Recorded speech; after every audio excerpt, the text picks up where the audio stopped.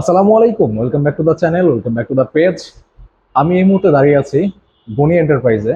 এটা হচ্ছে হন্ডার অথরাইজড একটি শোরুম এবং আমার পেছনে যে বাইকটা দেখতে পাচ্ছেন এটা হচ্ছে হন্ডা 2.0। আসলে নতুন করে পরিচয় করে দেওয়ার মতন কিছু নাই ভাই, বর্তমানে এটা হচ্ছে সেগমেন্টের one of the best bike. কেন এবং কিভাবে, এই হচ্ছে আজকের ভিডিওর প্রশ্ন। এবং এটা যে কম্পিটিটর গুলো এখন অ্যাভেলেবল রয়েছে, এটা আসলে কম্পিটিটর বলতে সিসি অনুযায়ী না, প্রাইস অনুযায়ী।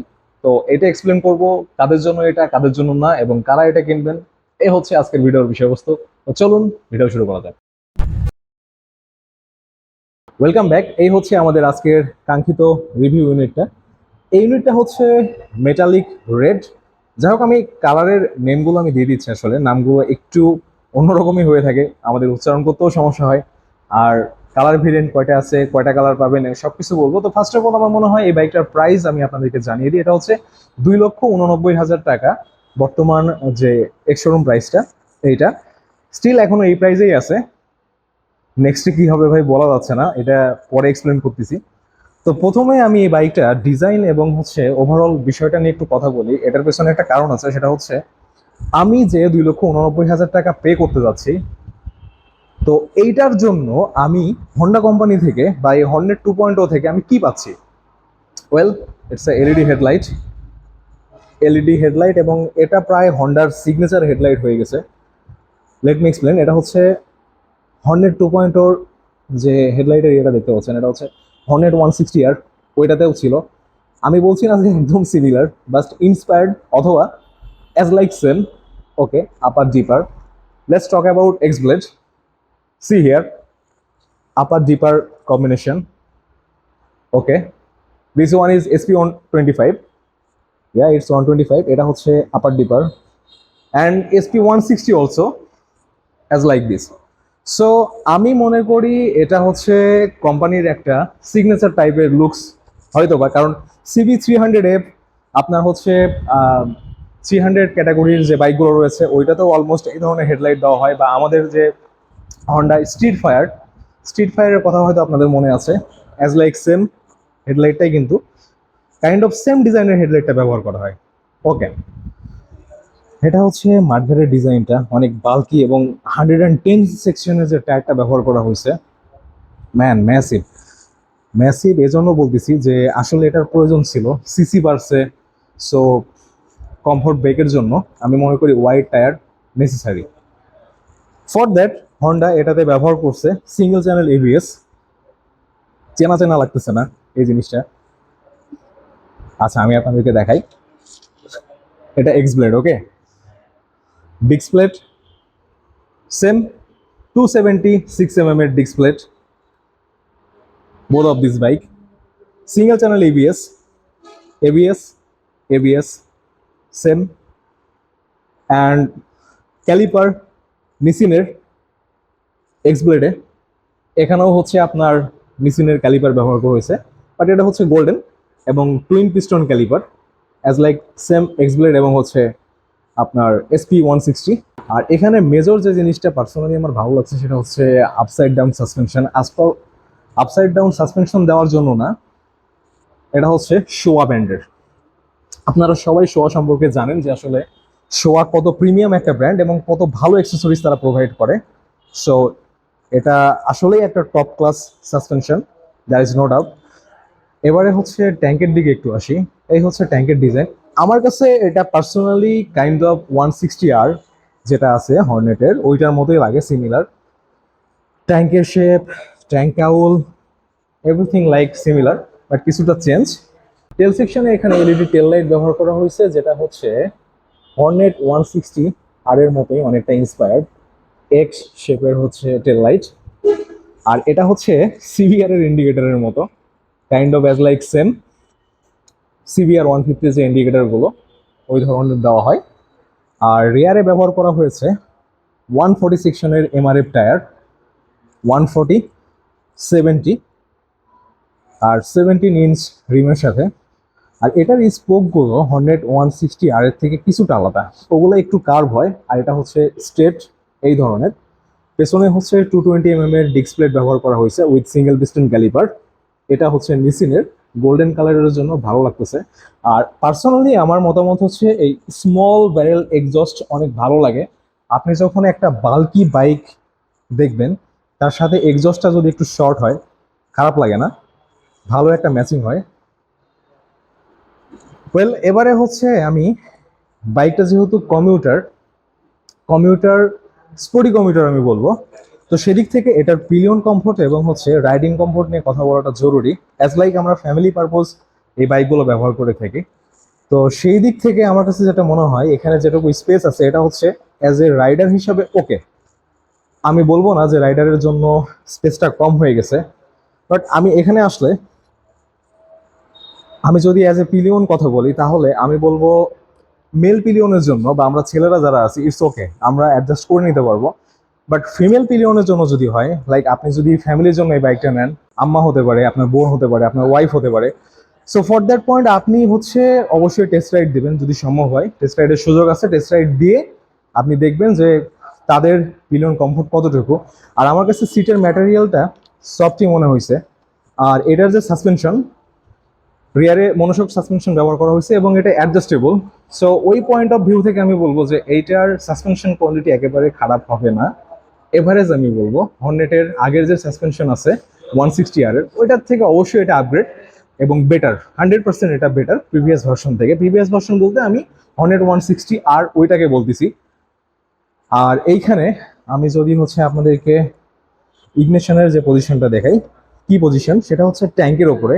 লাইক এটা দেখলে আপনাদের এফজেড এর সিরিজের কথা মনে পড়ে যাবে, বাট এটা আমার কাছে অনেক প্রিমিয়াম লাগে। এই জিনিসটা আমি অনেকদিন যাবত হন্ডাতে খুঁজতেছিলাম যে এই ধরনের একটা মেজর চেঞ্জ নিয়ে আসা উচিত। আর এখানে হচ্ছে হ্যান্ডেলের বা সুইচ প্যানেলের যদি কথা বলি, এক্স ব্লেডের চাপা ভাই, এক্স ব্লেড BS6 যেটা আছে না, ওইটাতে এই চাপাগুলো ব্যবহার করা হয়। হ্যান্ডেল বারটাও হচ্ছে সিমিলার, এখানে কোনো লুকোচুরি নাই। খেয়াল করুন, 5 হ্যান্ডেল বার যেটা ব্যবহার করা হয়েছে, এই হ্যান্ডেল বারটা হর্নেটে আছে, এক্স ব্লেডে আছে, SP160 যেটা এটাতেও দেওয়া হয়েছে।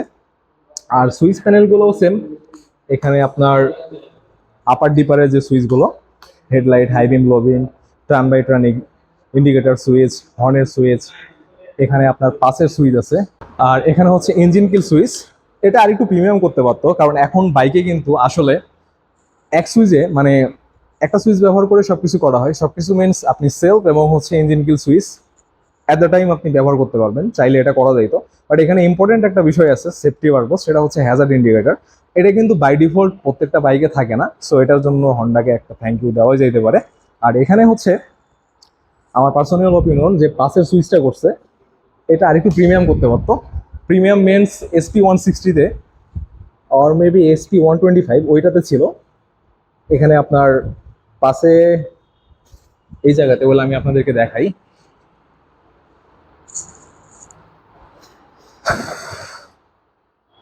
I am talking about this switch. See, এখানে কিন্তু ওপরে কাজ করে, নিচেও কাজ করে। তো এইটাতে ট্রিপল ফাংশন আছে এটাতে, এটা হচ্ছে SP125। সো কাইন্ড অফ এই ধরনের কোনো ফিচার্স এটাতে অ্যাড করা যাইতো। আর এইটার মিটারের যদি কথা বলি, মিটারটা হচ্ছে ফুল ডিজিটাল এবং হচ্ছে আপনার TFT না, বাট LCD প্যানেল, যেটা আমার কাছে খুবই ভালো লাগছে। এই হচ্ছে লুকিং গ্লাস। লুকিং গ্লাসগুলো আপনার SP160, এক্স ব্লেড এবং হর্নেট একদম সিমিলার। আর মিটারের ব্যাপারে যেটা বলতেছিলাম, মিটারের আপনার এখানে আসলে বাইকটিতে আনফর্চুনেটলি ব্যাটারি কানেকশন দেওয়া নাই। সো আমি আপনাদেরকে এখান থেকে দেখাই, যদিও আপনারা রিভিউগুলো দেখছেন। এখানে ইন্ডিকেটরের সিগনেচার যেগুলো আছে আপনার ডিসপ্লেতে, রাইট লেফট অপারেট করার জন্য দুইটা button, neutral, headlight, side stand, engine cut off যে সুইচটা বা ইন্ডিকেটর বলবো সেটা আছে, ইঞ্জিন ওভারহিট টেম্পারেচার এটা আছে, বা সার্ভিস ইন্ডিকেটর যেটা আমরা বলি অনেকে, ABS এর সিম্বল আছে। সো ওকে, এবং এটার যে ফিচার সেখানে আপনি ক্লক, এক্সট্রা ট্রিপ মিটার, এগুলো ফ্যাসিলিটিস তো থাকতেছেই। Let's talk about engine.